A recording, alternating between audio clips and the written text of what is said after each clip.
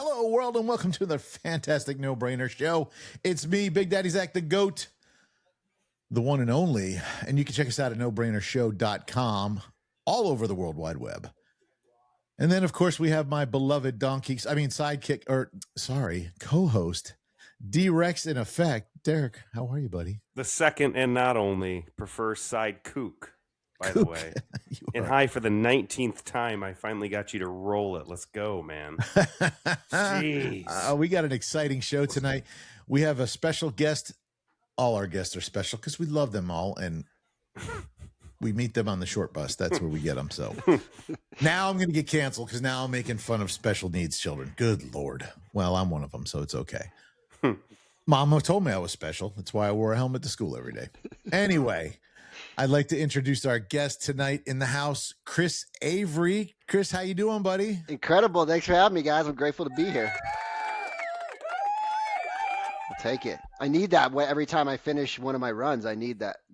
You need sound that effect. positive. He's like on. a dog. He needs positive affirmation. I do, yeah. I'll rub you behind the ear. Good Give me boy. the bell, you know? There Give me you a treat, something. Chris, well, welcome to the show. Welcome to No Brainer Show. On this show, we have no brain, so that's why it's called that. No, it's not at all.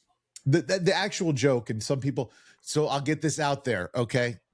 The real story behind the show name is because we like to interview people who are successful, business coaches, and all that, and show them that life is a no-brainer. That's what it is. But in 2018, I actually had brain surgery, and the joke was, why are you having brain surgery? People are like, oh my gosh, Zach, why are you having brain surgery? I said, because my wife wants proof. And the neurosurgeon played along. And after the surgery came out and said, well, Mrs. Zach, I just want to let you know, he does have a brain, but it's still in the wrapper, has that new brain smell, but he's good to go. So there we go. So that's the no-brainer. It's a good doctor move, though, to be honest. Oh, you know? Like, I love that doctor. I will give a shout out to my neurosurgeon. I'm actually going to see him. I have a big back problem going on right now. That's why you'll see me move a lot. I've been fidgety a lot lately, and I'm on some good drugs right now. So if I say ridiculous things, it's because I'm flying high again.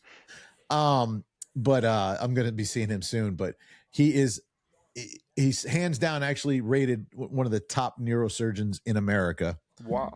And he's so funny. He's got one of the best. Let me tell you, when you're going for brain surgery, you interview multiple brain surgeons. Every single neurosurgeon I interviewed, I won't say every because Dr. Rosen was not.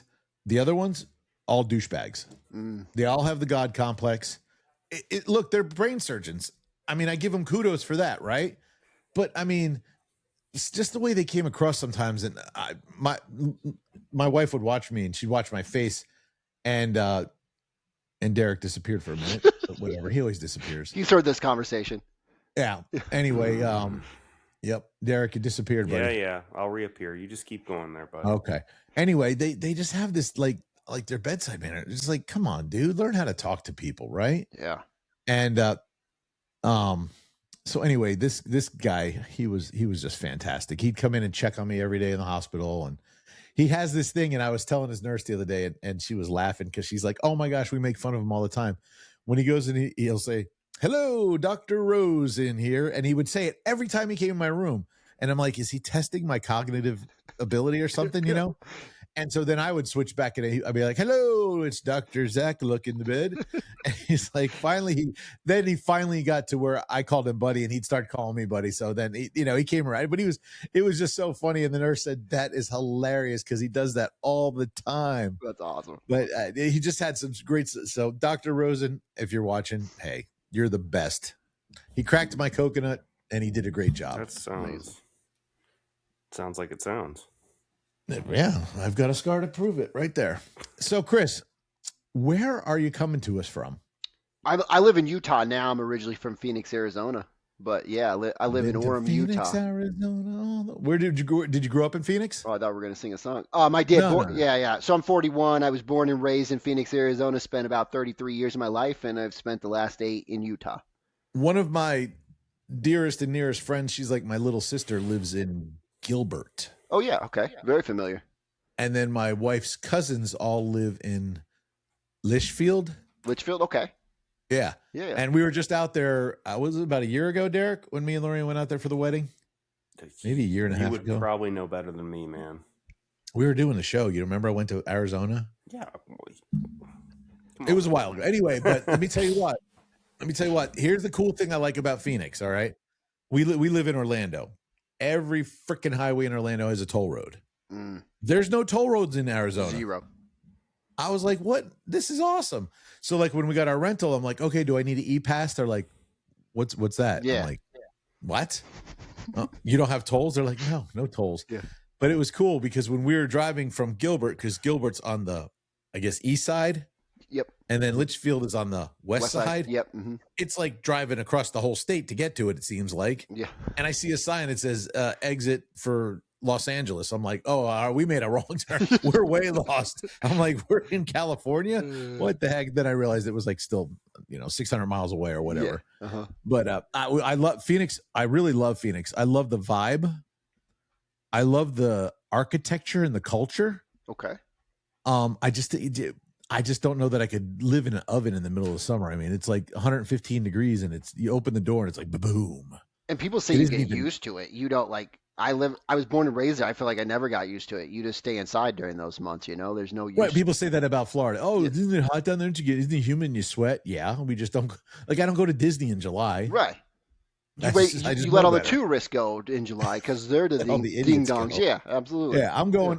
If I'm going to Disney, it's going to be November, December, maybe March. But like today's March 12th, and Derek just texted me. I guess he's having technical difficulties. It seems like I do apologize. Not that he'll be missed, but he'll be missed. Anyway, it was 85 degrees. Crazy. All right. Oh, okay. Yeah, he's got a lot of great stuff to talk to you about because can you hear me or no? We can hear you. Yeah. Tell me if Zach, I upgraded to a higher. Where do you live in Utah? It's still like a third of what it's supposed to be, dude. Are we having all kind of trouble tonight? What's going on? Hold on. Oh, did you hear that, Zach? Oh no. Can you hear me? Okay. There we go. All right. No, my dadgummit. Sorry, my internet fluttered. I guess my editor's going to have to fix that. Can you hear me okay? Yes, I can hear you. Can you hear me? Yes, I can. Yeah. I don't know if you heard Derek said like he paid for that internet, but it's still at the third it needs to be, and he's pissed, and then he dropped off. So I didn't know if you caught that part. No, I was saying Derek had a lot of great questions he wanted to talk to you about. He's a runner. Derek, you got two things going on. She's going to have to really do some editing, but it's okay. I got a brand new modem. I have over a gig speed, and it's testing at like 300 or 400 MB. Dude, this area is. I'm sorry for my. I'm trying to be negative, but wrong. Where I live sucks ass. Well, just so you know, there might be something wrong because my internet just flickered, and my internet never flickers. That was weird. Sorry about that, Chris. Welcome to Florida, where I found out this is a crazy statistic. We live in Central Florida, Orlando area. He's more south. I'm more north. Okay. But Central Florida would be Orlando and the population around it. So it's Orange County, Seminole County, Osceola County. 250 people a day move into Central Florida. Whoa. Yes. That's an astronomical number. 1,900 people a day move to Florida. Wow. Yeah. So I really wish Governor DeSantis would put the sign up that says, sorry, we're full, and close the door. But no vacancies. Maybe we need a wall around Florida. I wish they would just push through that no real estate tax stuff right away, man. We get so much taxes from tourism and tolls, man. We don't even need it. Yeah. So, they're supposed to get rid of property tax here in Florida. Yeah. But that'll have more people moving there. That's fine. Yeah, but you have to live here. You can't be a snowbird. Yeah. Okay. So, like, you have to be able to claim homestead, like us who live here. Yeah. Would be able to claim homestead. We work here. We live here. We're 12 months a year. Whereas we have a lot of snowbirds. So right now, the snowbird season's starting to end. Yeah. So we're going to see the great migration of RVs heading back to Canada and, Wisconsin and Michigan. All the other cold states. Yeah, Michigan, yeah. I feel like Arizona's the opposite. It just gets the West Coast, Midwest Coast people coming down for winter because it's nice. Yeah, my friend Amy said the problem with California, or Phoenix right now is everybody from California is moving there. Oh, that's his. Or have already moved there. Yeah, she said it's getting very like she lived there for a reason. Yeah. And this is not a political show, but she lived there because of the politics that were there. Yeah. And now it's becoming mini California. And she's like, I'm out. Ridiculous. She wants to be out. Ridiculous. Just like my best friend's a doctor. He's a doctor down in Texas. He lives in Dallas. He says same thing. He can't wait to get out of Texas. Yep. It's getting ridiculous. So you live in Utah. Where do you live in Utah? Orem, which is about 40 minutes south of Salt Lake, because most people know what Salt Lake is. Well, I've heard of Orem because the majority of network marketing or multi-level marketing companies have a corporation in Orem. There is a lot of business owners and new business owners and a lot of MLMs here for sure. It is like the capital, I feel like, of MLM land. Right. Yeah. Hey, Derek, didn't we interview somebody who lived in Utah? I don't think so, but we're talking to a guy right here who's like a serious runner, man. I mean, he lives like you must run that same like real long famous trail like that Connor Mance runs. You got to. Is it the Murdoch Trail? I don't know what it's called, but all like the U.S. the top U.S. marathon runners. You know who Connor Mance is? I don't. Okay, he's like an Olympian runner, whatever. Okay. And then who's the other guy too? There's one more, but they run it as well. I wonder what it is now. But that's he's from Orem, so okay. Yeah, like there's a Murdoch Trail which we did a 50 miler on, and that runs, I think it's like 20 or 30 miles one way, and then 30 miles. You know, obviously. Is it a real like dense like paved trail like a lot of people? That's probably it. And it runs next to the mountains. It runs behind people's yards, and it runs down by a river, and it runs into the canyons if you want to extend it. So there's several mountain canyons that it runs into, and it runs through. You know, like it'll take you from Orem, you know, halfway up to Salt, like 3/4 up to Salt Lake. So it's a good distance. So I bet it is that one. I don't even like driving 50 miles. I don't know how you can run 50 miles. That's just slowly. You do it slowly. that's how you do it, you know? So what brought you to Utah? Love. Actually, I met a young lady in Arizona. We were at a big party. There was 800 people. And it was a huge house. So we were up on the roof by a fire pit, and she came over to talk. It was a Halloween party, so she came over to talk to me about the shirt because it bumped up and down with the levels of the music. It was from Vegas, you know. It was a Vegas shirt, is what I like to call it. And so we met there, and we started dating for about a month. And she's like, "Hey, I'm going to Utah for school," and I'm like, "Oh, yeah, well that sucks because we're really digging each other." And so we just decided, like, "Hey, do we want to make an adventure out of this?" And at that point in my life, I was finally a person that wanted to look back and say, "What like." Instead of saying, what if I would have done it? I want to look back and say I did it, and I got something from it. And so how does Utah life compare to Phoenix life? It's quite a bit different, you know. I mean, I think different people, culturally, I think incredible. Like, you know, it still feels you can leave stuff out in your yard, nobody's coming to steal it. Like you can leave your doors unlocked, nobody's coming in your, like, you know, I think when you get in a big city like Phoenix, you feel much more threatening. If you did leave something outside, especially in certain neighborhoods, it's going to be gone. But here it's like it's growing bigger, but it still has some of that small town feel, which is really nice. The reason I ask is because I've read about Utah and Idaho are like two of the more bigger popular states that people are wanting to move to, especially for families, because it's, like you said, very family friendly. No doubt. I mean, and because of LDS religion, you know, there's so many kids here, so they have great parks. Great things for the mom and the kids to go do, because there's a lot of stay-at-home moms, so there's a lot of free or low-cost things to do as well. So I think all those things, great schools, you know. Is Brigham Young in Utah? Yeah, Brigham Young University, huh? Okay. I mean, Brigham Young isn't because he's dead, but Brigham Young University. yeah. Right. Yeah. I mean, he's probably in Utah somewhere, but not. Yeah, maybe buried somewhere. Yeah, not above ground. Yeah. It's probably why Utah is like a. I mean, I'm sure it's probably the best place to raise a family in the U.S. just because it is probably the most religiously structured, family-oriented. You know, it would be like going back everywhere else 30 years in the 90s, where people had a family, went to church, and actually went to school. You know, nowadays people don't do any of that stuff anymore. Like, you know, Tommy has a tickle and he's home for 2 weeks with a whatever, and the teachers have a national fart day, and they have a 3-day week over here, and. You know, there's no structure no more in a lot of places, but my guess, just being ignorant to it, but understanding enough of what I do about the Mormon culture and family structure in Utah. I'm sure it's probably the most structured, well, family acclimated place to grow up. Probably in the entire country has to be. I think Hands you're down, right. Yeah, it just has to be. it's Regardless it's of one of the what top. faith you are, just because of that reason. Yeah, and I And don't think it's necessarily the LDS religion either. I think it's just there's so much like faith or religion here too, not just LDS. So I think that helps it stay tight knit in that way as well.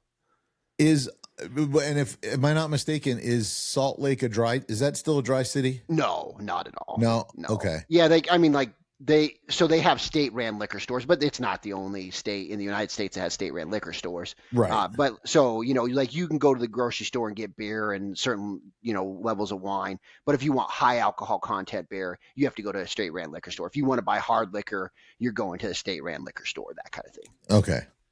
Okay. All right. Yeah. I thought for some reason I thought it was a dry town, but And you're probably right, Zach. At some point, it probably was. It just isn't any. Like all that stuff is a lot of that stuff is faded out, because it's such a big group of people now. There's plenty of people that drink, and there's plenty of people that I'm sure that have faith or religion and drink too. Let's be Sure. honest. Yeah. well, I mean, it's funny where I grew up. You could not buy in certain towns after Saturday night at midnight till Monday. You could not buy any kind of alcohol. Yeah, that's still Utah. You can't buy it on Sunday. They won't. It's Right. Yeah, Okay. yeah. Maybe that's what it is. Maybe it's Okay. dry Sunday. Okay. And then we had certain towns that would actually close it down, that you couldn't drive on Sundays in the town. So you had to park Whoa. your cars outside. And yeah. Well, some that'd of the be crazy smaller to little see. Yeah. It was one of them was a beach town that my grandparents used to take us to. And it was one of the reasons because they knew on Sunday that we could just run amok and they didn't have to worry about us getting hit by a car, That's really cool. So, I love that. yeah. So, and the cool thing, I guess, about Utah is you guys get the 4 seasons. That's the best part about, and I mean this nicely, like my wife grew up in Arizona too. That's the nicest thing we love about it is we love that it gets cold. We love that we get snow. We love the 4 season. We love the changing of the trees. We love that it's, December and in Arizona it's 77 degrees on Christmas. Here it's, 37 or 47. We can actually put on a sweatshirt and enjoy Christmas like it should be, Yeah, well, I've gotten used to Christmas Day being in shorts and a t-shirt. My kids got me a shirt 15 years ago, and I only wear it on Christmas Day. It's a Grinch shirt because I'm the Grinch. Yeah. And that's my my Christmas Day shirt and shorts. They tried to get us all, matching pajamas, and I'm like, all right, no, something wrong. You guys are gay. I'm not wearing that, and I don't mean gay in a gay way. I mean just gay isn't stupid. I have to preface that with with everybody nowadays. Everybody wants to. I'm gonna get canceled. You won't let Laura edit through the banter in the beginning, but you'll just go full on gay retard mode. In the what are we doing? Nah, I'm trying to live on the edge. You're on. I got to get some notoriety. Man. I watch. I'm not a huge podcast guy, but I have a lot of podcasts I enjoy watching. There's some podcasters that out there, and that's their thing. They watch every new podcast. They're trying to take example. I don't have time for that. But there's a couple I watch, like Theo Vaughn. He's hilarious. He is hilarious. And the stuff he says. But I did some research and I found out everything. He scripts everything. Really? Yeah. Wow. Yeah. Yeah. So now does he stay to the script? I don't know. The questions he asks, there's no way those are scripted, just because they're way too off the wall. I don't know. I guarantee you when he interviewed President Trump, it was scripted. Yeah, I'm sure it was. Yeah, they probably had to vet all the questions. You sure the ones about cocaine? And then I also like to watch Bad Friends. I don't know if you've ever seen Bad Friends. No. It's with the Asian comedian and the red-haired guy. They're both comedians. Look them up. They're hilarious. Okay. Bobby Lee. I do know which one you're talking about now. Yeah. Okay. Yeah, they are freaking hilarious, and they just shred each other. Oh, it's so much fun to watch. And of course, I watch Rogan because Rogan. If you're a podcaster, you got to watch Rogan. He's everybody's hero. The guy he's got the biggest, best podcast out there. I don't know anybody who's got a bigger name in podcasting than him. He also is just so diversified in who he's interviewing, what they're talking about. Like, you're going to get like a lot of people like niche down. He just is chaos everywhere. It feels like, And as funny as it may sound, I do like watching Bill Maher, even though I'm a lot more conservative than him, but I enjoy him because he's not a douchebag. Now, but don't you agree very, that's been like, if you look at the evolution of Bill Maher, that has drastically changed in the last few years. And I would say that, you know, you almost feel like you're in crazy town now because you're agreeing with Bill Maher more than you did. yes, I mean, in the past, yes, it used to be the exact opposite. You disagree with everything he said. 100%. Yeah, so now you know the world's gone crazy because you and Bill Maher are now, you know, shaking hands. Yes. Yeah. Well, yeah, it's yeah. almost, look, I don't know religious background or anything, but we are. And I love watching the evolution of Joe Rogan. Me too. Incredible. Staunch atheist now goes to church because he finds it. He'll say, the people at church are so nice. I love going. Yep. And I'm like, this is a guy who would never even dare step in church 5 years ago, even. No, he told people they were idiots. Like, I mean, Yeah. literally, I followed Joe Rogan for years. And I'm 41 now. I followed him since I was in my late, you know, teens. And I mean, Back when he was on MTV. yeah, back when he was doing stand up, nobody knew who he was. You know, when he was Right. doing, oh man, I can't remember what the show he was on, radio There or was something. it was called News. Yeah, yes. With not David Spade. The guy from it wasn't Mad TV. It was the Canadian version. What was it?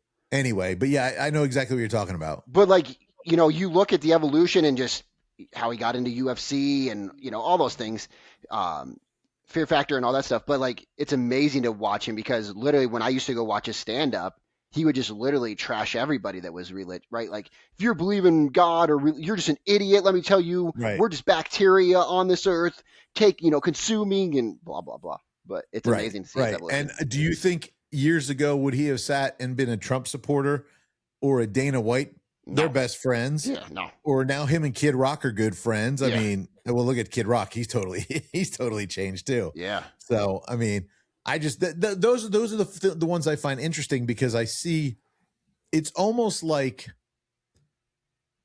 when you're watching a Bill Maher or a Rogan or somebody like that, and then you could switch over to Howard Stern, and Howard Stern's still the most craziest liberal loon that he's always been, and he's never even tried to change. But then you see these guys who it's almost like the light bulb went off and they're like, maybe I should listen and kind of pay attention. I don't think Bill Maher is even close enough to believing in God, but he's also not believing, if that makes sense. Yeah, definitely does. You know, and I love the fact that he went and had dinner because Kid Rock told him, you're going to go have dinner with President Trump. And they went and sat down. And here's President Trump, who made fun of Bill Maher. And like he actually had the notes from the speech when he made fun of him, and President Trump signed it for him. He's like, that's how cool of a guy he is, you know? So sure. He doesn't care. I think it's hilarious. But so we're all learning about podcasts tonight, folks. But what do you do? Tell us what you do, Chris. Yeah. So I do a little bit of running, and then I do a ton of coaching men. So we really take these men that want to become unstoppable, that they feel like, man, I have this incredible purpose-driven idea in my heart and mind, and I'm just not executing on it. And we help them get their butts in gear and become the people that will do it no matter what. And what's your foundation on that? As far as like, why do I do it? No, what did you build that on? Yeah. What sparked that to build that and then build that? Yeah. That structure. Yeah, great question. So I'll give you the long answer to that. You know, there was a lot of bad choices in life, a lot of trouble, trauma, drugs and alcohol, sexual abuse, all that stuff that was in my, early 6 years old, physical abuse, and then not knowing how to handle it, getting in my early 20s and really destroying my life with drugs and alcohol, and then getting around these incredible people. And they helped me see a light inside me that, was very dim, and I hadn't breathed much life into it. And luckily, through that journey in my late 20s to my early 40s, I just created a business, started coaching people, started really helping improve these people's lives. And then just what from the last 8 years of my life, it's what I've been through, and it's what I've overcome, and it's what I've learned from and grown through. So I just want to help other men do that, because putting together and growing a business can be challenging. And when we're doing it alone and we feel alone, it's even harder. Who would you say was your biggest influence when you first started? A guy named Michael Burnoff. So he lives in Scottsdale, Arizona. I got around a good community of people, and they introduced me to Michael.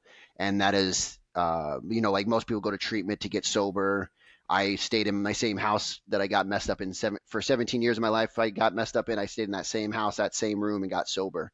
And Right. and that is a lot to do with Michael and what I learned and the tools and skills and going back to his events and like starting to run some of the teams in that side of that event.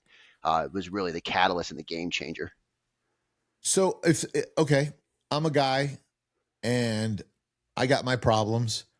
I come to you. Is it almost like I don't want to say a 12-step program, but is it like something? Is it a building block program, something like that? How does it work? Yeah. So what we do is, we don't coach, like, there's nothing to do with sobriety inside our program. This is simply coming in and going like, what's your idea? And then, we go through and we help them. Like take the idea and structure it to their identity. So like the things that drive them. And then we help them build out that idea and start to get their first clients, because the truth of the matter is when we look at most people, it's not, most men know what to do. They're just not doing it. So there's a lot of accountability. There's a lot of network and like brotherhood in the community.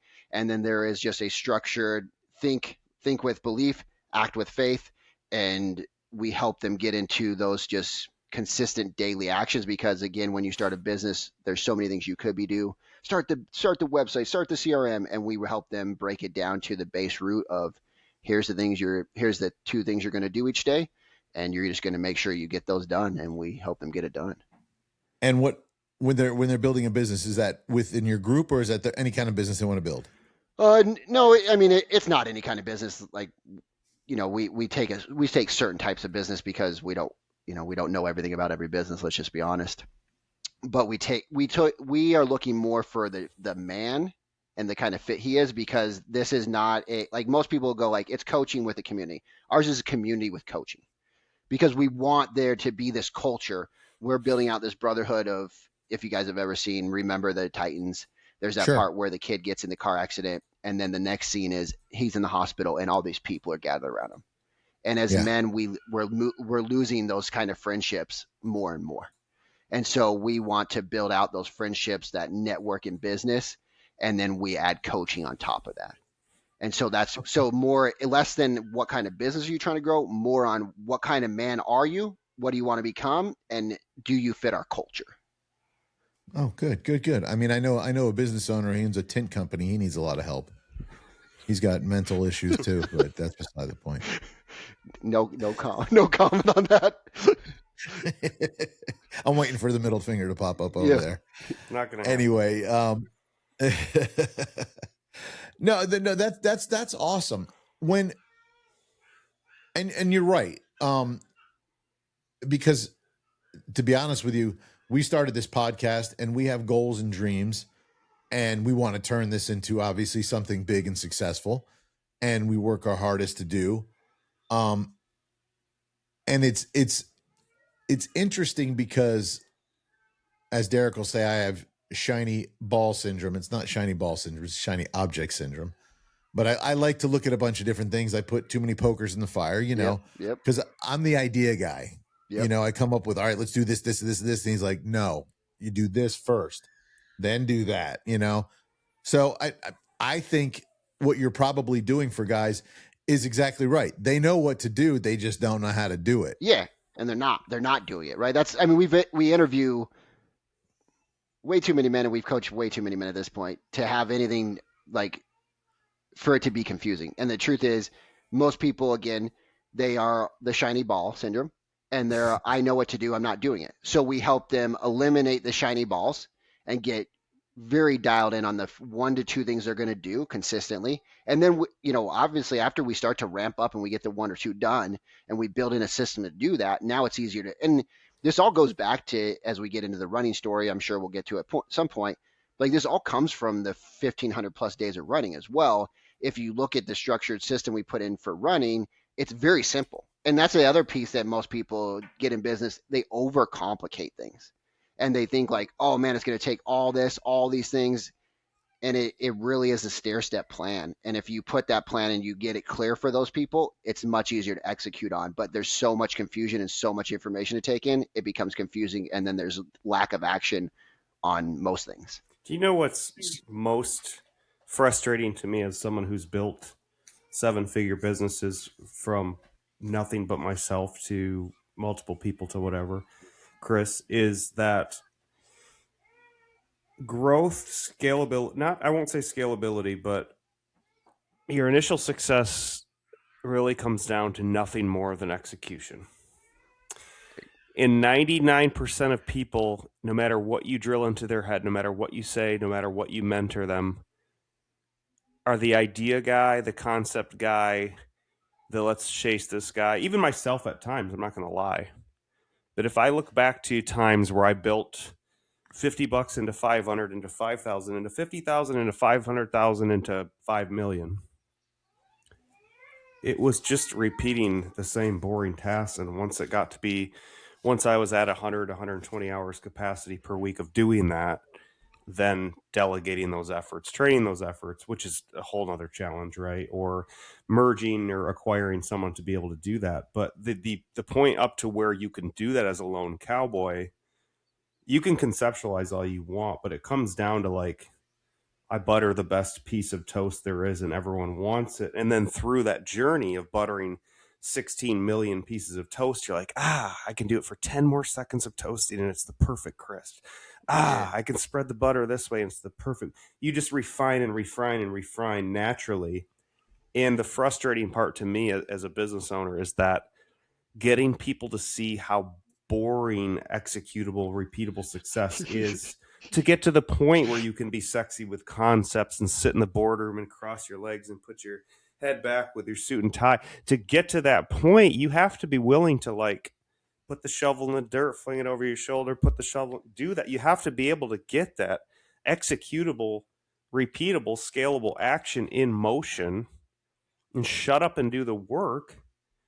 And then you refine and you grow and you make systemic and you delegate as you go.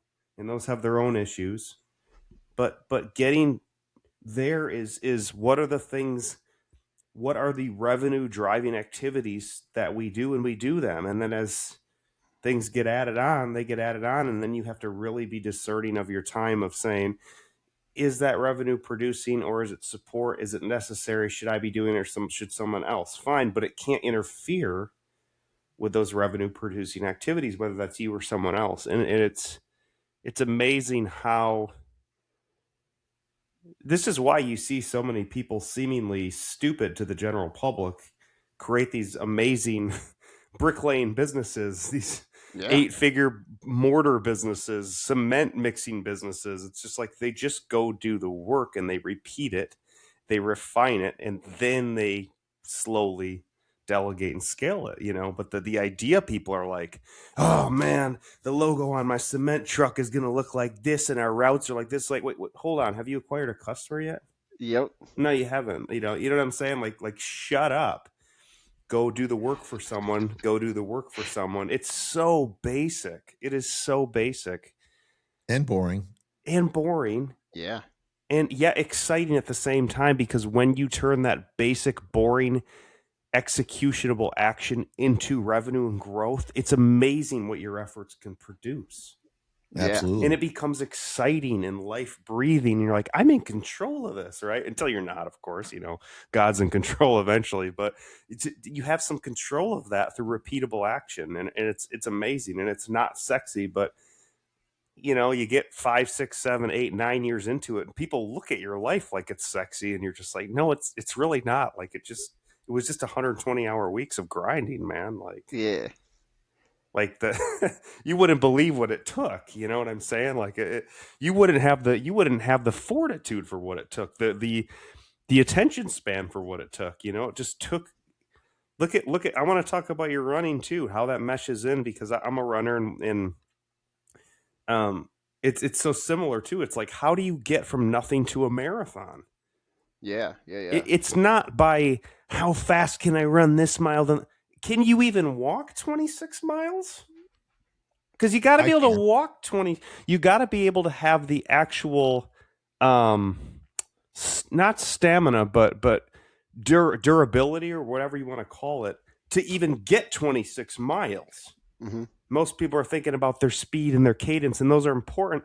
but they're not important until you could actually walk in last 26 miles. Then they become important, right? Yeah, Derek, I feel like we're kindred spirits. So I was the stupid guy so I work with analytical men that have ADHD. So they're all about like, let's make stuff sexy and like, oh, I'm the idea guy, right? Like I'm going to come up with a million ideas. I'm going to overanalyze my logo because that's going to sell more product. If I just work for this next year on this sweet logo, everybody's going to buy stuff. And I was that guy. So I totally get that. And I think everybody, especially in the coaching world, they sell the sizzle. They sell this 90 days and you'll be making 100K a month. And of course, I'm the opposite of that. I'm the execution, grind it out. But that came from a lot of just wasted time and wasted effort and wasted money and things that didn't produce income, that had no idea, was just trying to just jump at every shiny ball. And I learned a ton through that. And that's the reason the running is so applicable. And, we can jump to the marathon if you want to discuss that next. But to me, looking at this, those men just need help to get clarity on what those few things are that are the driving indicators and the driving things that produce income for their business.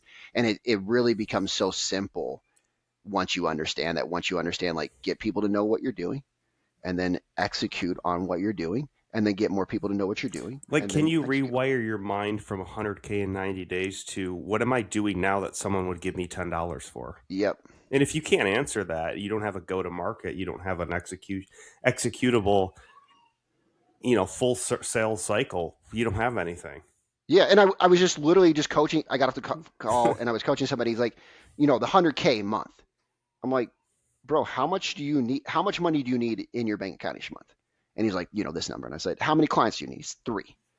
I said, stop focusing on 100K. Like, all you're building is cognitive dissonance. All you're building is resistance, because every time you think like, oh, I'm doing the work to 100K, you're losing track of the 3 clients you need to get the number you need just to like have a steady flow. Get the steady flow. If you do that enough, you'll get to the 100K. Right. You gotta systematize a micro to get to a macro. Yes. You can't just like say my macro is my focus. You have to like break it down and like do the micro system perfect and then say, okay, how many of these micro systems can I do perfectly in a day?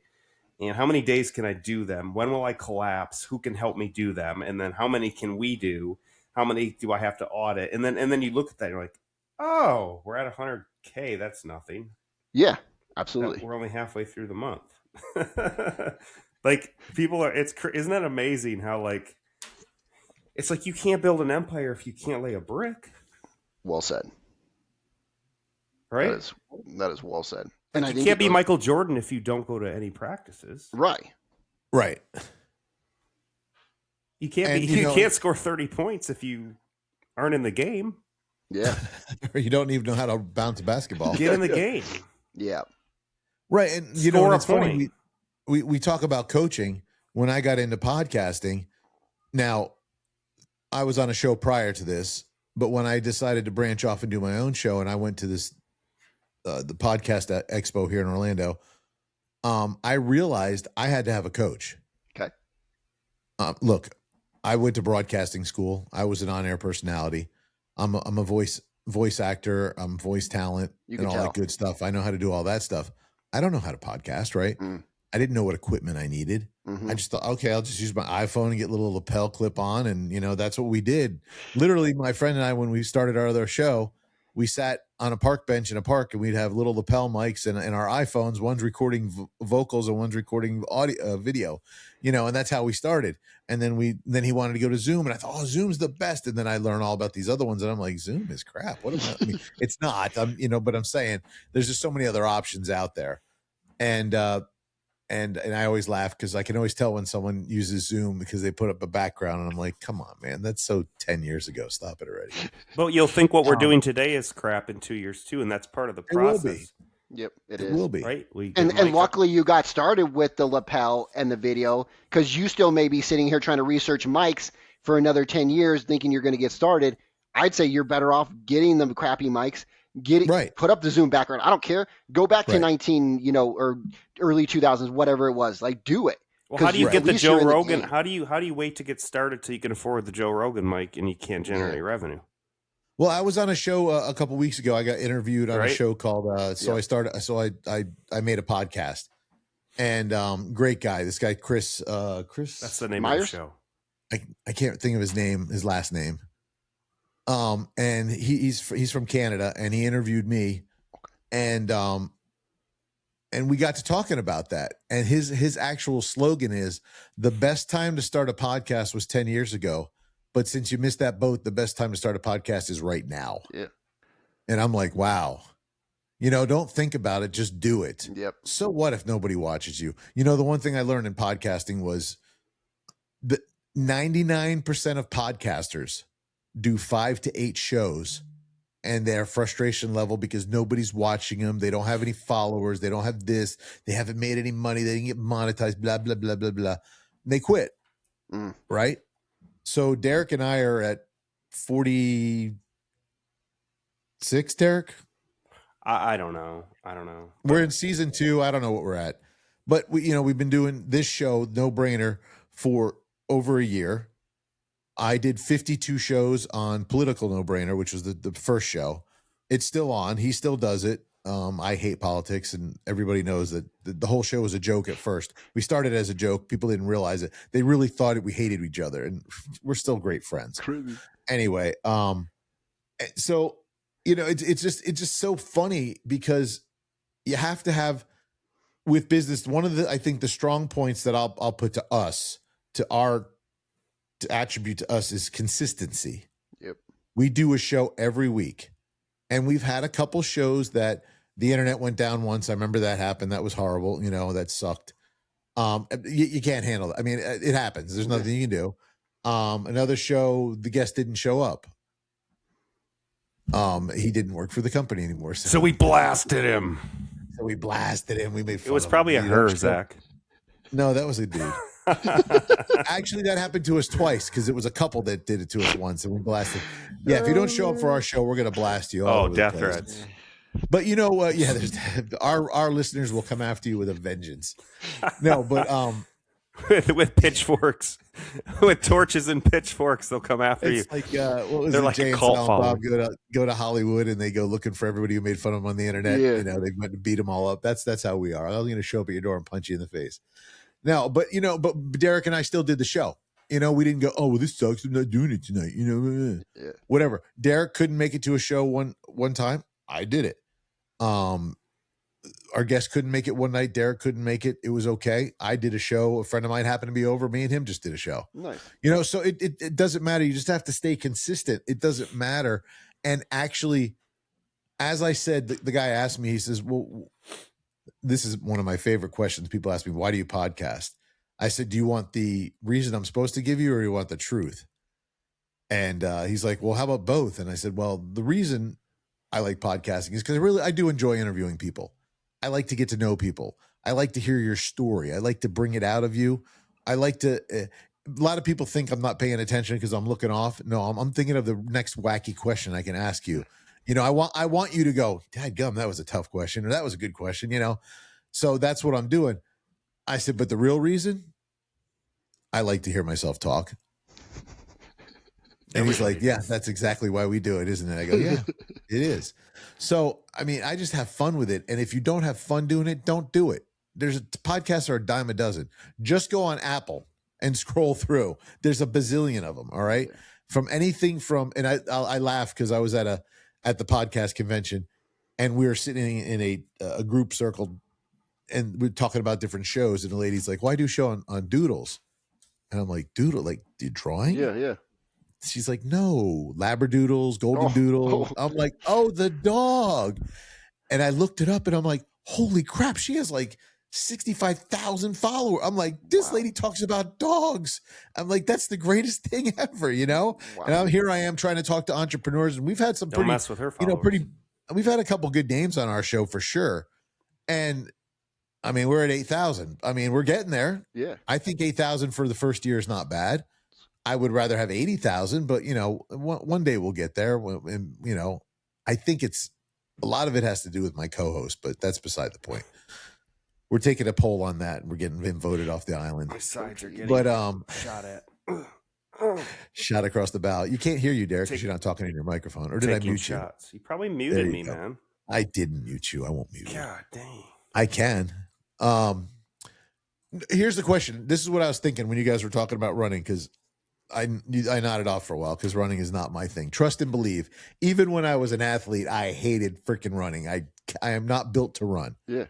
All right. I had to do it. I played football. I played baseball. I played soccer. We had to run. It was miserable.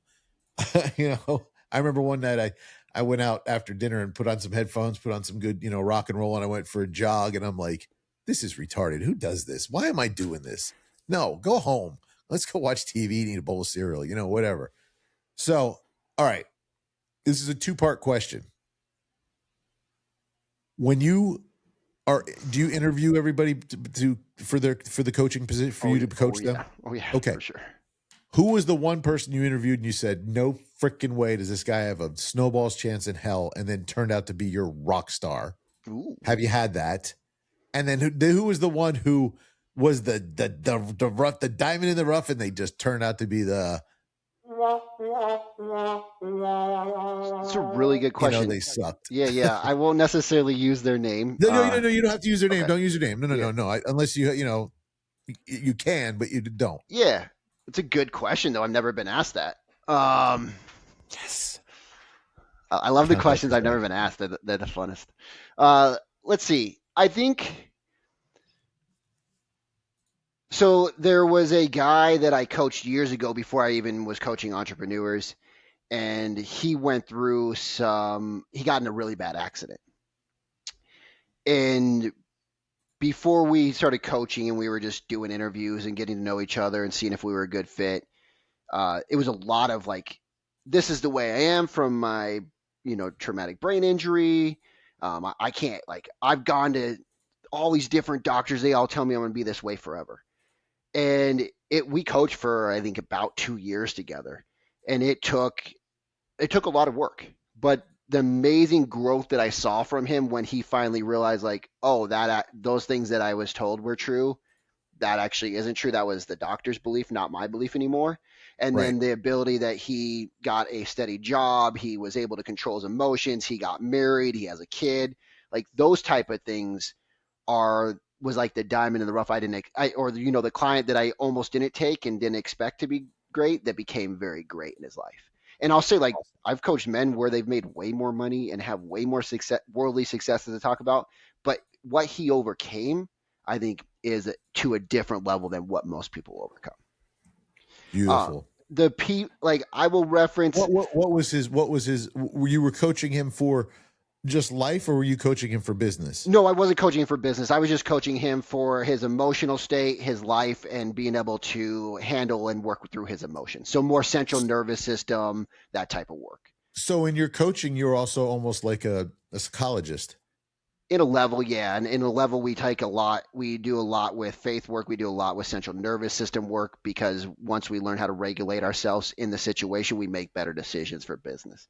Are you guys faith-based? We are, absolutely, 100%, yes. Oh, yeah, well, then you can talk about that. Don't be scared on this show. We talk about it all the time. Yeah, I'll just say, like, we're Christian-based. And nothing wrong with it. Good, because we all love Jesus here. I mean, I'm his favorite, but we all love him. Yeah. We all love him equally. He loves you more, is what we were saying. I don't know about all that. There's days I wonder, but it's okay. But yeah, so, you know, it's become much more of a Christian-oriented coaching. And, you know, somebody asked me the other day, like, what happens if somebody's not Christian? I said, they go find a different coach. Like, what kind of question is that? Like, it's a weird question. Like, I don't work with them because they're not going to enjoy me.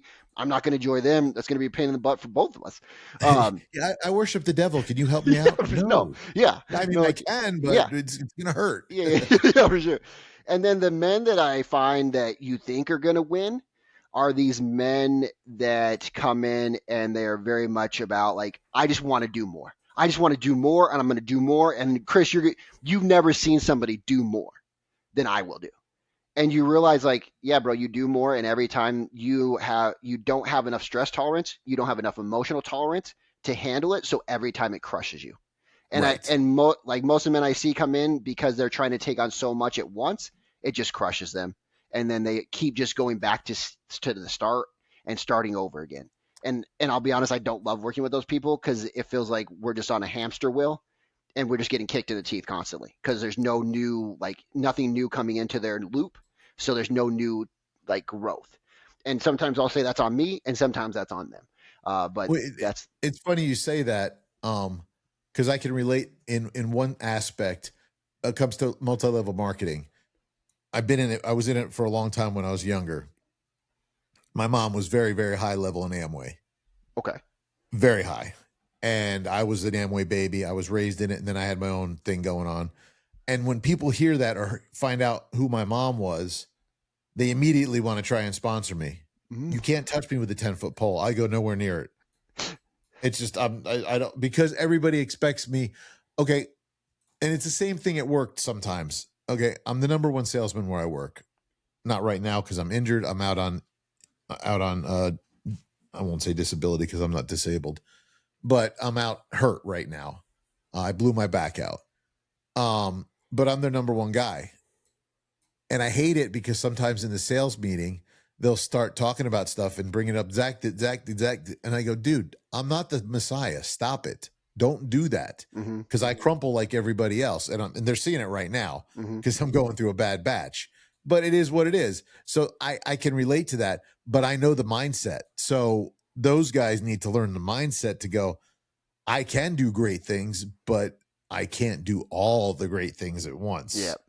Because the deck of cards will crumble. Yeah. Well said. So yeah, I get that. Yeah. And I would think if I got into coaching, which I have threatened to several times, I would think when you get somebody who gets on the phone and they're talking to you like they're a rock star, you're like, then what do you need me for? Yeah. You know, I love it because I feel like when people are talking about like I'm a rock star, it shows you how much of a not rock star they are internally and mentally. Yeah. That's the truth of the matter. You see people that try to blow it up and look big, you realize like, man, you're trying to puff up your chest for a reason. If you come in with humility and like understanding that there's growth for all of us, rock and roll, let's do it. But in my past, I've worked with some of those people more than I ever do now, and that's what I've learned. Right. And it's funny. I got a really great compliment the other day, and I don't even see it. Okay, because I'm just who I am. Right. I'm super sanguine. I'm very outgoing. When I talk, especially in a large group, I'm very engaging. I probably should be a speaker, but I like to work the crowd almost. Yeah. And I'm one of the leaders in a ministry. We do a men's ministry on Monday nights.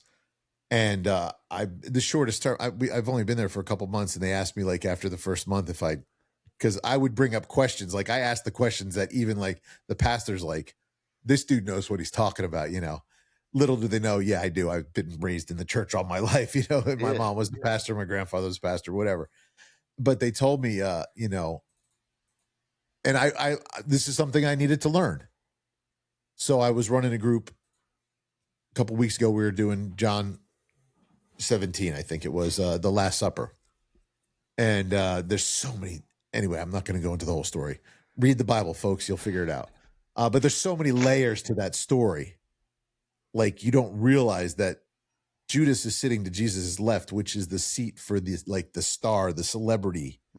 Like Jesus put him on a pedestal to try and change his mind almost. People don't even realize stuff like that. But anyway, I did this whole thing. And afterwards, the pastor pulled me aside and he's like, you are one of the most engaging conversationists and teachers that I've ever seen. Hands down, you do things that even I can't do. He goes, but I go, well, whenever there's a but, that means you're lying, whatever you just said. He goes, no. He goes, you use your iPad as a crutch. He goes, when you look down and you're reading from your iPad, he goes, you're just reading. He goes, but when you look up and your eyes engage with people, the spirit just changes. And so now I know, okay, I got to not use my iPad anymore. I have to memorize before I go in and do that. I just learned something. Now I've learned how I can. And it's funny because my wife laughs because she's like, why do you use an iPad? Because whenever you speak publicly, you walk back and forth on the stage and you don't even have notes. I said, well, because I free flow. And she goes, well, then do the same thing. I said, no, we're doing a study. She goes, nope, read it, learn it, and then free flow. Dang it.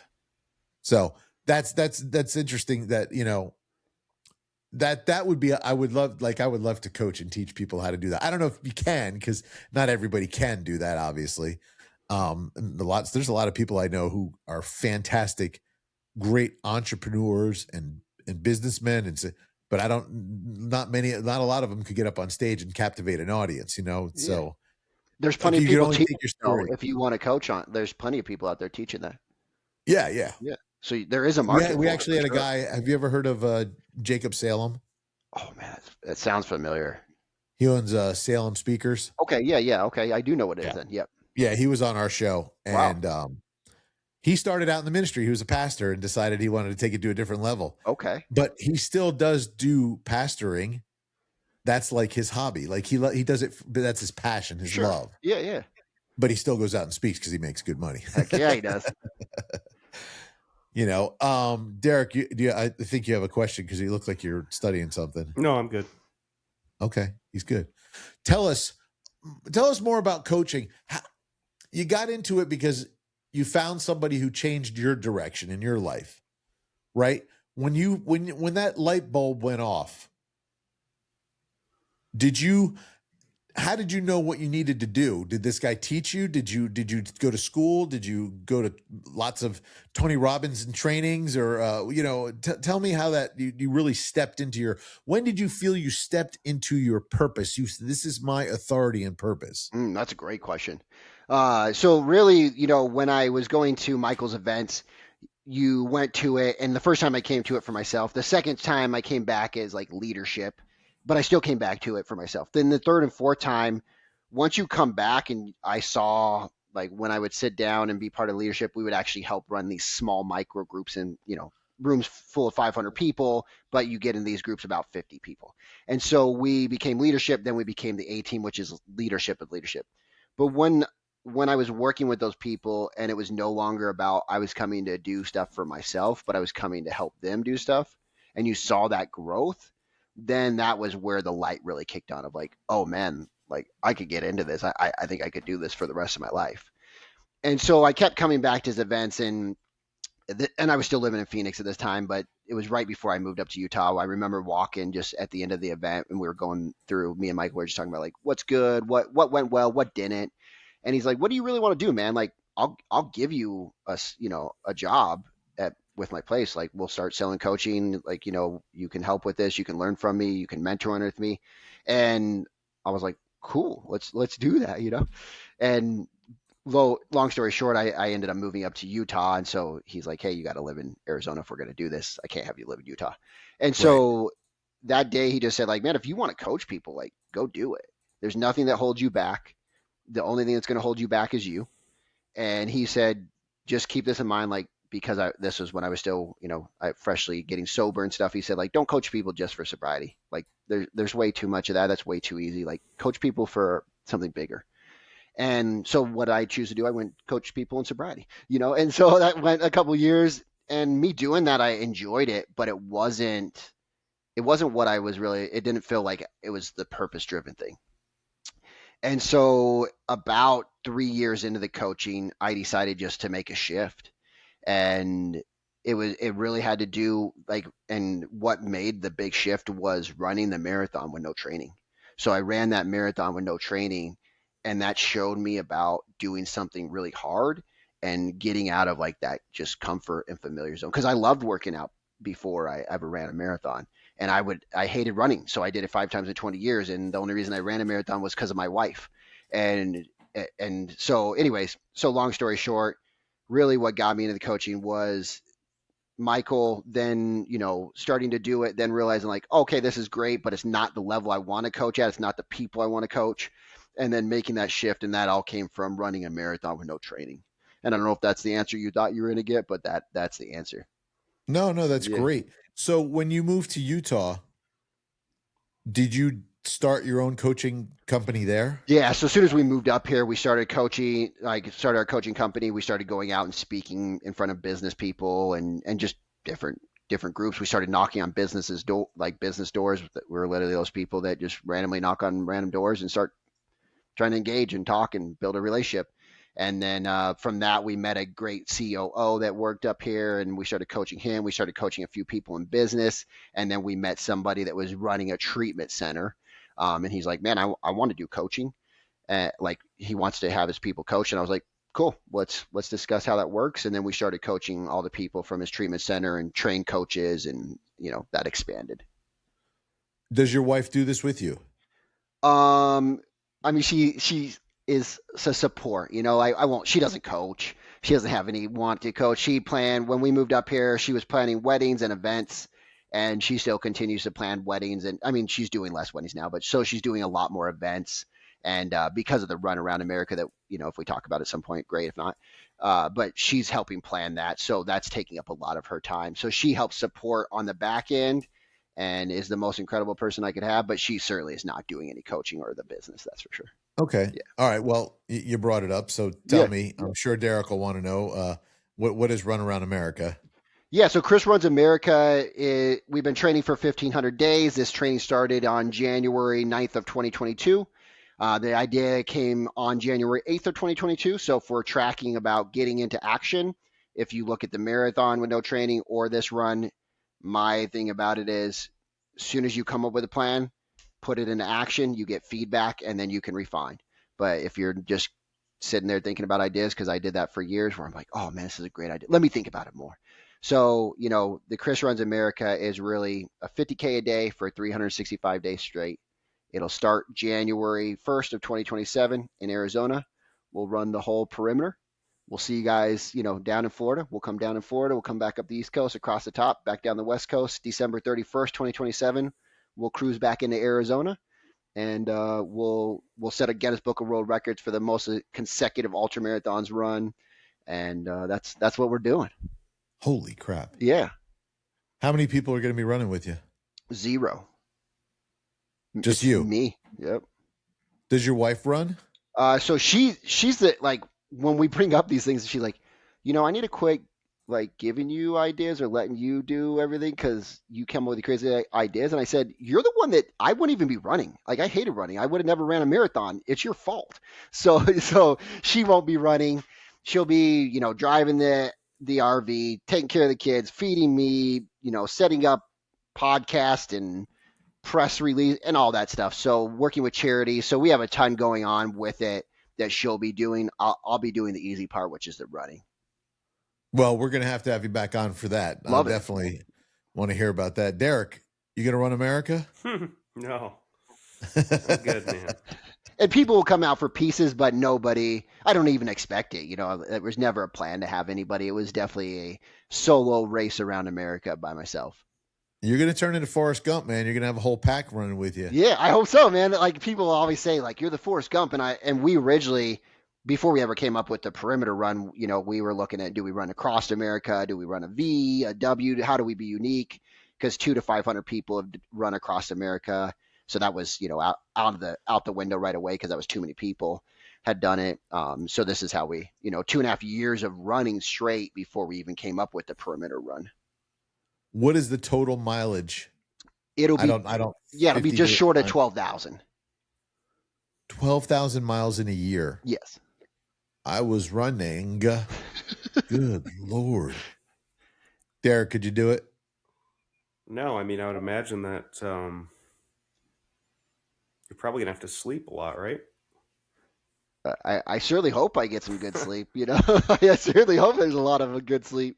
So you're essentially saying you're going to run out to the coast because the circumference of the U.S. is 9,000 miles, right? So you're going to run out to the coast, around, and then back in from the coast, right? Yeah, so we'll run all the way down through Texas, down through Florida, back up the East Coast, back up to Maine, all the way across the top, and then back down the West Coast. I don't even want to drive that. I'm not sure we will after we do it either, Zach. Right? We may be one and done. Yeah, gracious. What? And you're just doing this to prove a point?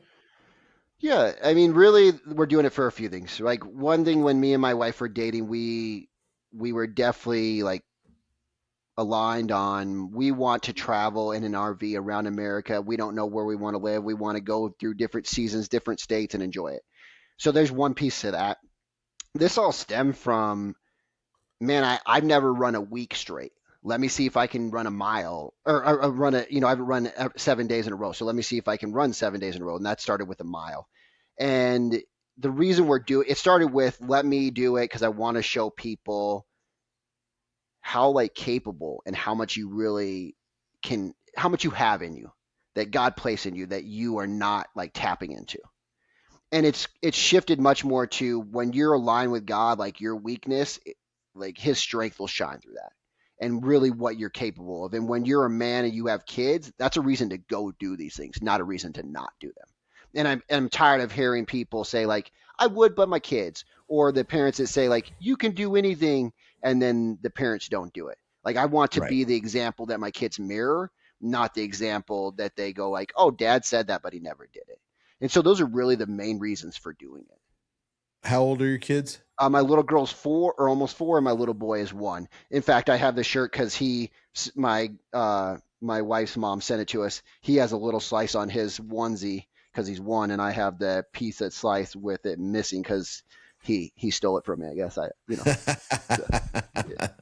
That's too cute. That's too cute. And oh shoot, running across America. I mean, kudos, but we definitely will have to have you back on the show and talk to you about it. I'd love to do that. I'm hoping actually it'd be well, if you're running when you come to Florida, you're going to run like down the West Coast, then back up the East Coast. Yep. We'll go all the way down around the loop. We have to, like, we've already looked, and we're trying to figure out a way to make up 900 miles because we're about 900 miles short. So we're about a month short right now when my wife was drawing out exact roads.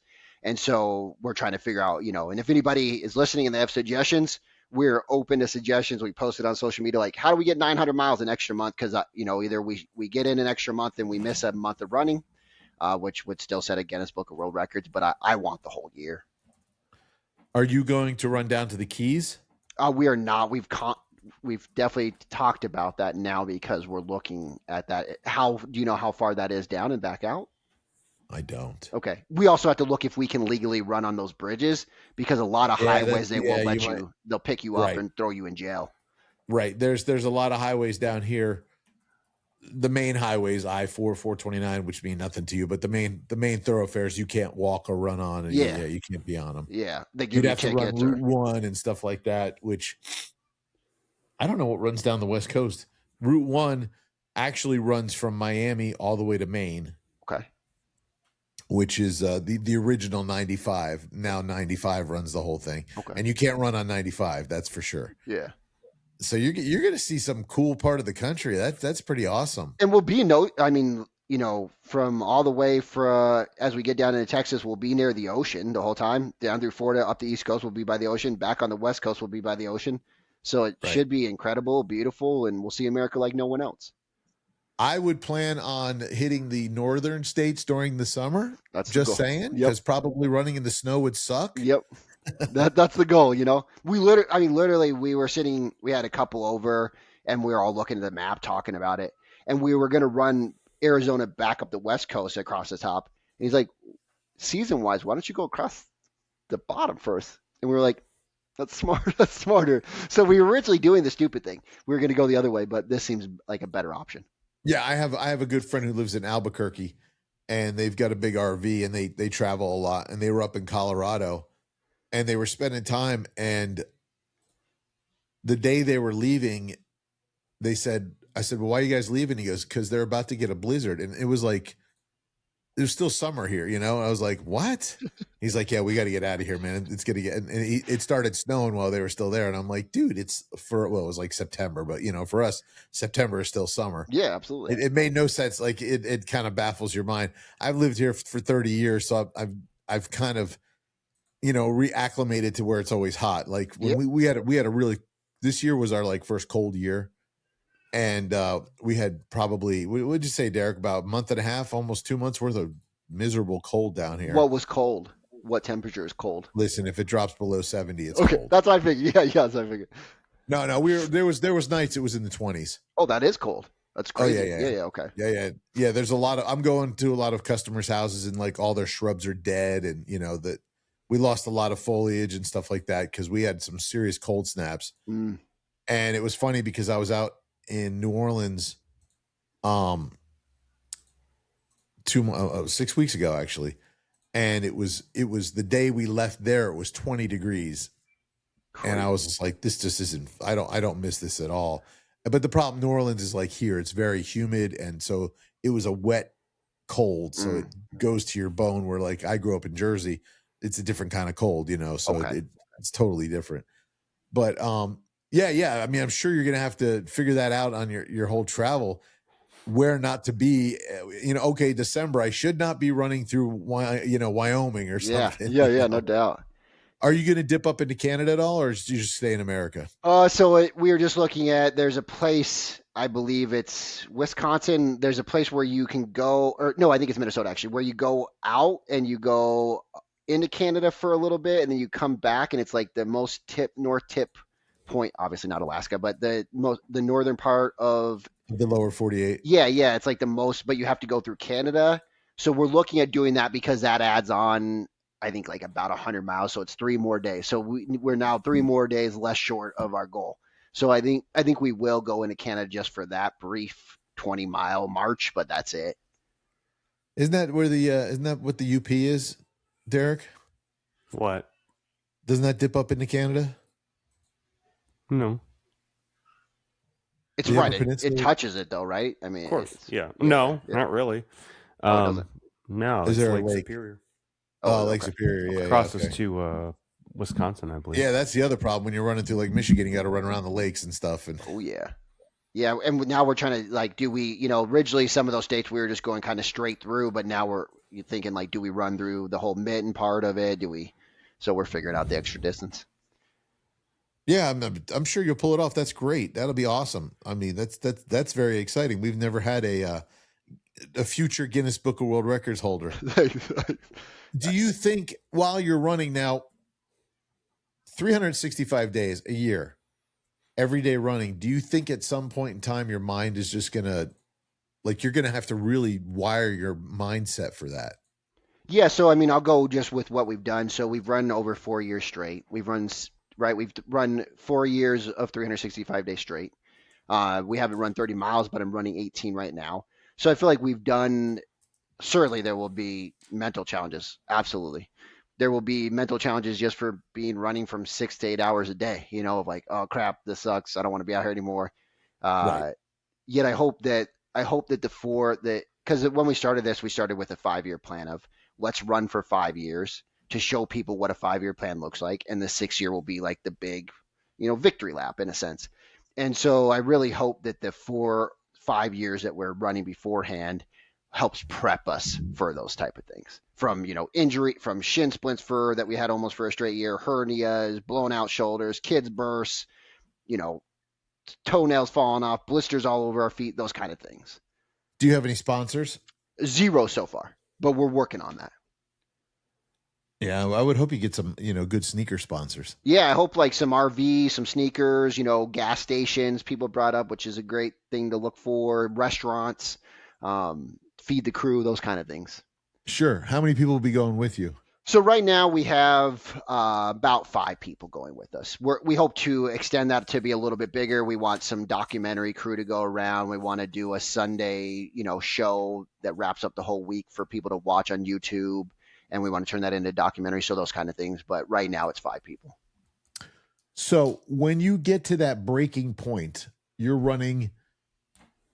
6 months in, running 7 days a week, 8-9 hours a day. Yeah. And you're mentally just bleh. Yeah.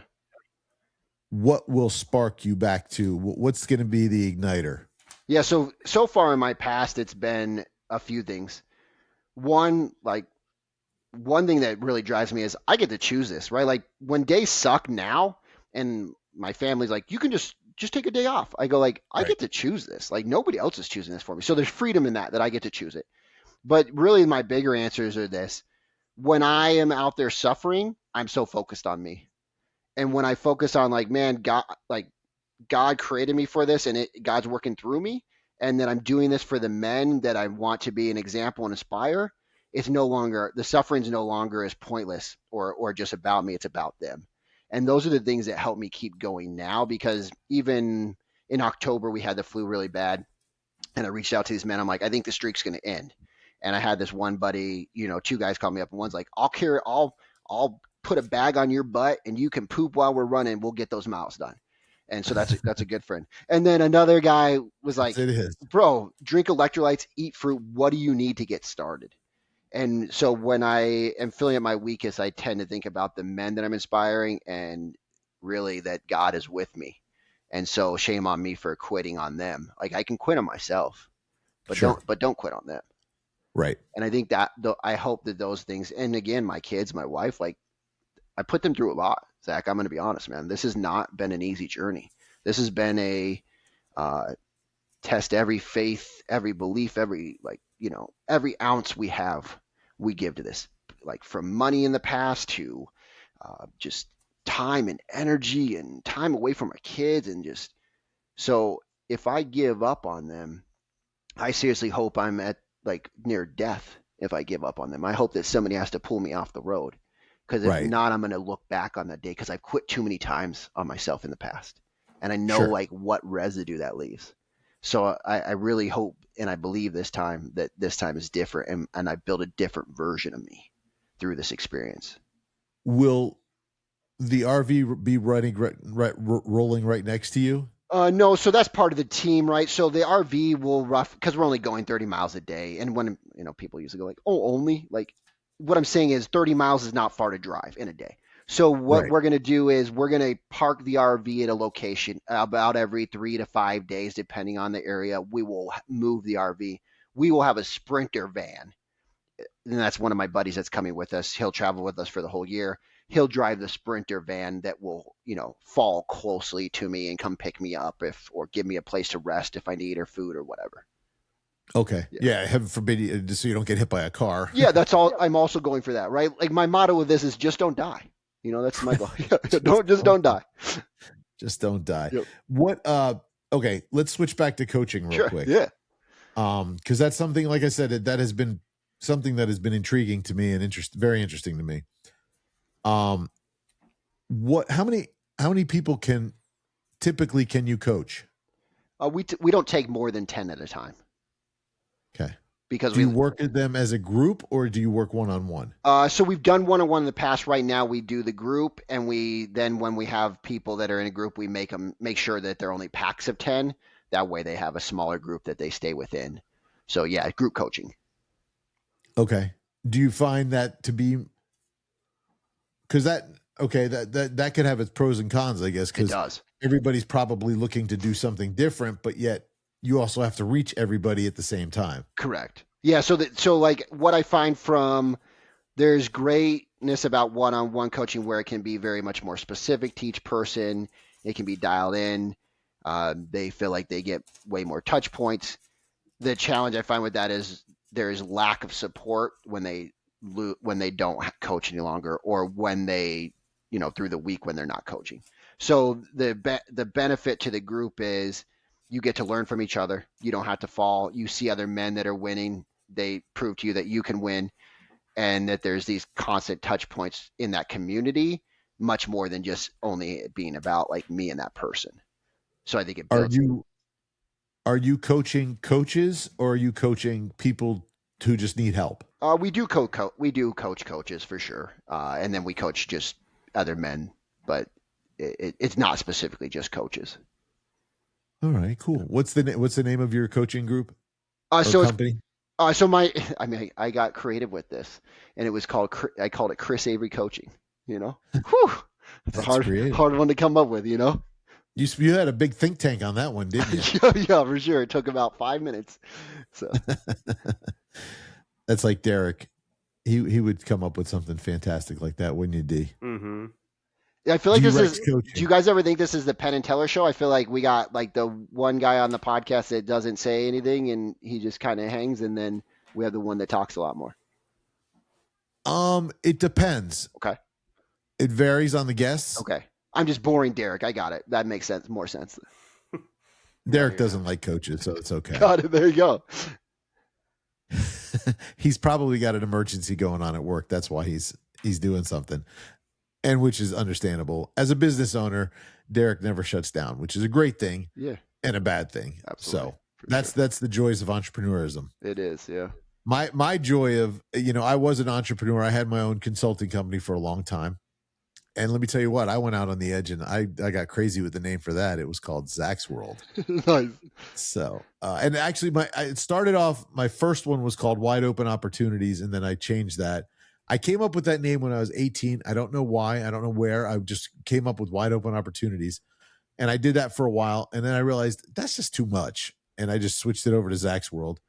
And I did that. But my wife was a school teacher. And 4 years ago, our church opened up a school and said, Lorianne, we want you to come run the school. And she said, okay. And she said, honey, you got to go get a real job. I'm losing my benefits. And so you got to go get a job with benefits. So I did. Now the joy of me being a W-2, what I'm getting at is I look at my business phone and it's off right now. I don't care. There's no emergency that you can bother me after a certain time that I could care less about. Sure. You can call me tomorrow. I love that. And, until I have my own company, and then I'll be back to having my phone on. But, I did that for the longest time. I learned this the hard way. Time is one of the only things you can never get back. And I really had to learn that I had to, I was in the automobile business for 30 years, and a lot of my consulting was in the automobile business. I'd go in and help open dealerships and train and teach and finance and all that. That was my shtick. And one of the things that I learned was I'm working 14, 16 hours a day. This isn't healthy at home, 6 days a week. So I've learned I have put my phone on a certain time. It shuts off and then it turns on at a certain time in the morning, and people at work know, if you call me before 8 o'clock, I don't care. You better be on deathbed and I need to come in and, give you your last rites, because I'm not answering my phone. Yeah. There's actually, I don't answer my phone till 9 o'clock. So, and they get mad because they'll blow my phone up in the morning, and I'll be like, I'll sometimes answer it. I'll be like, I'm in the shower, leave me alone. They're like, no, you're not. I go, all right, well, whatever.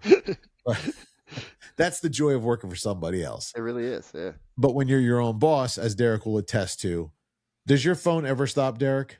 No, because I have people in India, UK, US. Yeah. So it's 24/7. Yeah. Don't you have a guy? Where's that guy who does your IT guy? Where is he? Who? You had a guy who did your IT work. Wasn't he like in Yugoslavia or something? I have a lot of people that do my IT work, but they're all over. No, there was one guy you told me about. He built your something or another. I don't remember. Anyway, I don't know. Not important. So, with your coaching, how do you attract your clients? It's a great question. We do a lot of, we do some podcasting. Obviously, we go and we'll just do cold outreach to people, like through DMs. We do some workshops to attract people. Obviously, there's like lead magnets and stuff, but really mainly it's the outreach to them or the workshops. Okay, cool.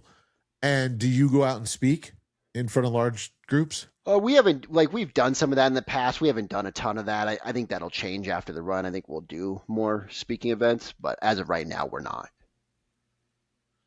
What do you think your run will do to inspire your coaches? I mean, I hope they see that something that started so small can become something so big over a long period of time. I hope they also see that Chris isn't that great. And I'll be honest, 30 miles, it goes back to even what Derek said, can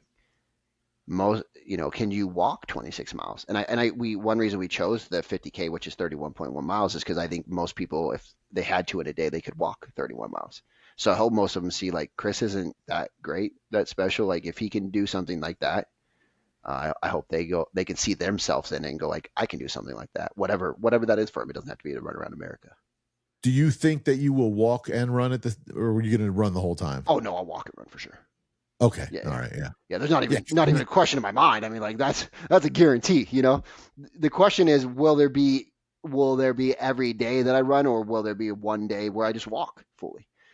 Because right, your body gets broken down, your muscles, shin splints. We have no idea what will happen. Right, for over 30 days. Last year, I ran 500 plus miles in slides. We taped slides to my feet. We bought new pairs of slides continuously because you run through them quickly. But we just wore slides the whole time, which are like flip flops, right, to around for the 500 miles because I had so many blisters and toenails falling off that was the best thing for my feet. Oh, to let them breathe and catch air. Yeah. Yeah, and like the blister on the side of my foot was about like this big on the side. Like literally when we were going around to running, people like, I've never seen a blister in that spot that big. I'm like, I don't know. It just kept getting bigger, and then it was black, and we had to drain it and put bandages on it. So, trying to prevent infections and things like that. So we ran in slides. So I most certainly will be walking each day for sure. There's actually a flip flop out there. It's from Hawaii, and the Hawaiian lifeguard team runs marathons in them. That's Really? how that's like their selling point. Like these are so good that you can run a marathon in them. I'm gonna have to check those out. And is a 50K a full marathon? So it's the shortest ultra marathon. So a full marathon is 26.2, and the shortest ultra marathon is 31.1. Okay. So very close. Derek, have you ever run an ultra marathon? Just a regular. Just regular. You never did the ultra? No, too much injury. Yeah. Like you get injured from running that distance, or you're saying you got injuries when you were running? I mean, this was before I was wearing professional marathon shoes like the Audi Zeros and the Alpha Flies, but my body's just not really. I don't care to put my body through that. I mean, we run. My wife runs 70 miles a week, and I do 50 to 60, and I'm happy with that because I also lift weights. Yeah. 2 businesses. I just don't really have the physical stamina per se on 5 or 6 hours of sleep to do it. Yeah. Not that, like you said, there's no excuses. Like if you wanted to, you can, but I also like physically, limitation wise for me, 31 miles a day is a lot. Walk or run. That is a lot. Yeah. You said earlier, like, let's say if Chris could do it. No, I mean, the feat you're doing is massive. Even if you break it down per day to 31 miles per day, it's still very large. And that's why I asked you that question about sleep, because recovery is the most important part of that, be it sleep, be it walking. Yep. And, to run that, whether you're going to run or walk or whatever, you have to commit to it. So I'll put it this way, like we'll go out for an hour and a half, maybe 2 hours run walking, and then I'll lift weights 30 minutes. And then I'll, be at my store 4 or 5 days. And then, it's all I care to commit to physically per se without feeling like garbage. Yeah. And I don't know, like, I think everyone has their mix in life when they decide what their quality of life should be. And I'm good with that. I've been through bodybuilding phases, 5-6% body fat phases. I'm good with the quality of life. I'm a little overweight now. I'd like to shed a few pounds just because my diet's garbage, but you fat bastard. Yeah. But no, I mean, I don't care to. Yeah. I absolutely. love to run and walk, but I don't care to do it that much. That's all. I love that, Derek. I want to say, like, I think that's so important is the quality. It's impressive what you're doing. I just like, at one point I would, when I trained for a marathon and stuff, that was a big deal to me. And now, put it this way, I can not run for 2 weeks and still walk and lift weights. And then if you go through me in a 10K, I can still run a 10K in 50 minutes, laughing my ass off the whole time, a conversation with 138 BPM because cardiovascular, my shape is incredible. So that's awesome. I'm cool with that. I just want to enjoy it. So like when we run now, like races, we'll just do like 10Ks. And to me, I enjoy that. Like I enjoy a half, but over that, my bodily wise, I don't enjoy it bodily wise in terms of, injury and all that kind of stuff. But I enjoy 6 to 10, just steady, or do the Jeff Galway run, walk, run. It's just a choice thing, I don't think I'm lazy, but I'm definitely, but your commitment to it and what it means to your coaching. And I think there's a purpose to it. I don't think for me, and at my point in my life right now, there isn't a purpose to run 31 miles a day. Whereas for you, there certainly is, if that makes sense. Yeah. That's probably the only difference. Derek, I feel like 100% agreement, man. Like, I think that's the trouble is most people look at what other people are doing instead of deciding like, it's you versus you. It's you versus you. How do I want my lifestyle to look? How do I want, like, what do I want the rest of my day to look like? And people even ask me like, oh man, aren't you worried about your health? And I said, oh no, absolutely not. And they're like, how? And I said, I'm just not worried about it. I expect my body to break down. Like, I'm not doing this for my health. If I was doing this for my health, I'd be doing a way different type of run, a way different distance. Like everything would be different. So I think you have to choose like why you're doing something. That's way more important, and what you want your lifestyle to look like with your family, with your kids, with your business. Because those are the things that people forget to dial in. They look at other people doing things. They go like, "I'm gonna do that," and you're like, well, "But why do you?" I guess over the years of like serious fitness, which for me now has probably been 17 years of serious fitness, even I guess before then, but consistently, like daily. To me, the most important thing getting older, and I'm 40 now too, so it's just, do I enjoy it? Is it the proper mix of quality that I want? And if the answer is yes, no problem doing it. And if the answer is no, to me, if it's not there for anyone, I think over the course of time it fizzles off, or either you have to enjoy it and have the perfect mix of quality of life, or you need a purpose, if not both, I think. Yeah. Otherwise, it's just a phase. It's not really your thing. It's someone else's thing. And it's running and individual sports are so great, so much greater than team sports, because it's you versus you. You can run the most competitive run you've ever run. You can do the most competitive bodybuilding show you've ever done. And win or lose, everyone is going for each other. It's you versus you. Yep. You're not going to beat Eliud Kipchoge. You're just not going to. You, Chris, are not going to be Eliud Kipchoge. And if that was your life's purpose and goal, you'd be a miserable man. Yeah, absolutely. But Eliud Kipchoge only runs 17 to 20 miles a day. So for how many days are you doing this? For an entire year, you're actually kicking his ass. In terms of it, if you want to look at it that way, I'm not going to tell him that. But you know what I mean? In terms of endurance, you're actually doing a greater feat than him. For sure. Just versus yourself, which should tell you right there, when you said earlier, if Chris can, no, you are doing an incredible feat, but you're doing one day at a time. And for an entire year, you're going to be doing more than the top marathon runners in the entire world, which means I hope it has a purpose for you. And you've already outlined that it does. Yeah. And Derek, I think you nailed it too, is like, this is about becoming the best version of me that I can like see right now. And and again, if you don't want to do the run thing, that's great. Find out what you are find out what your like outer limit of capability is, and then get to work on figuring that out and getting after whatever stretches you to that point. Like for me, I could go longer without food than anyone if I wanted to. Can you? Yeah, days. Have you done it like a long-term fast? Yeah, if you put me at work for 3-4 days in a row, I can go without eating. I don't think about it. I don't need to eat or shit. Why would I do that? I'm working. Right? But if you put me at home, yeah, for sure.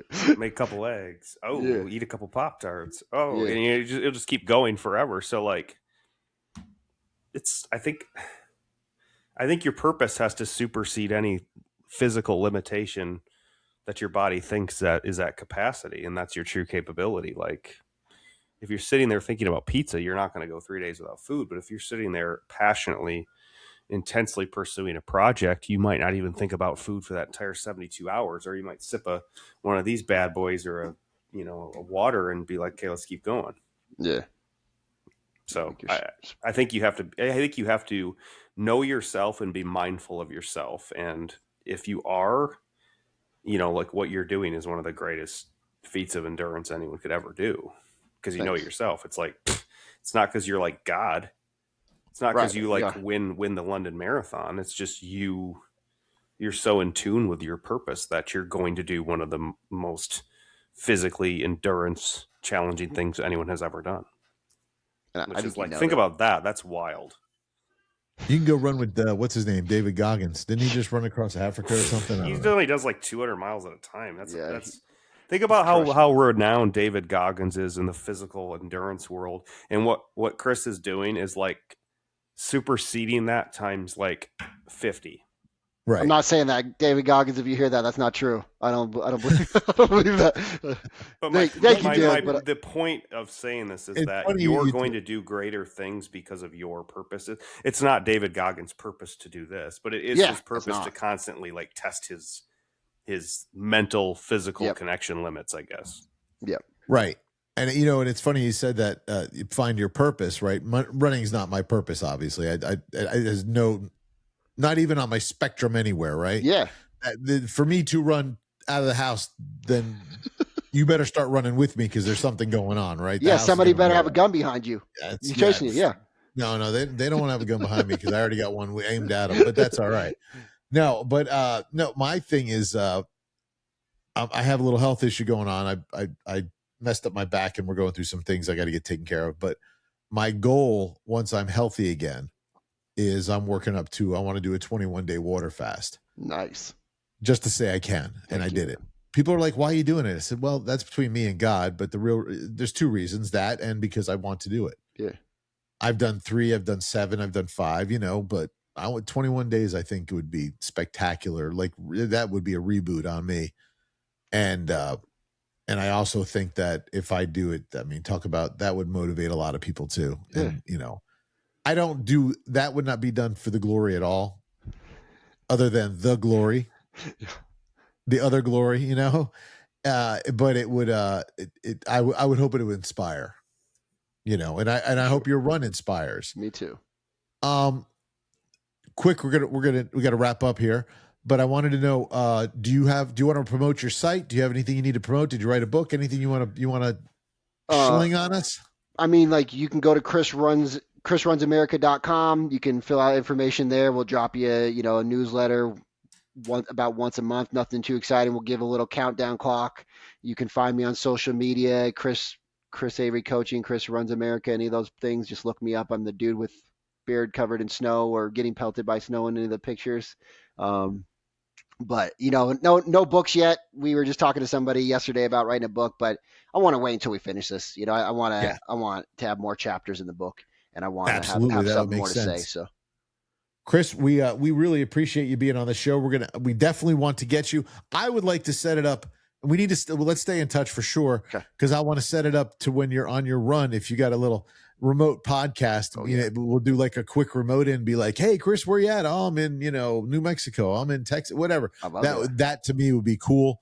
I mean, even if it was just you and I in the middle of the day, if we can't do it on the show, whatever. Heck yeah. Maybe you could even just grab your iPhone while you're running and we could do a quick little FaceTime or whatever. I think that would be fantastic. Keep everybody up to date.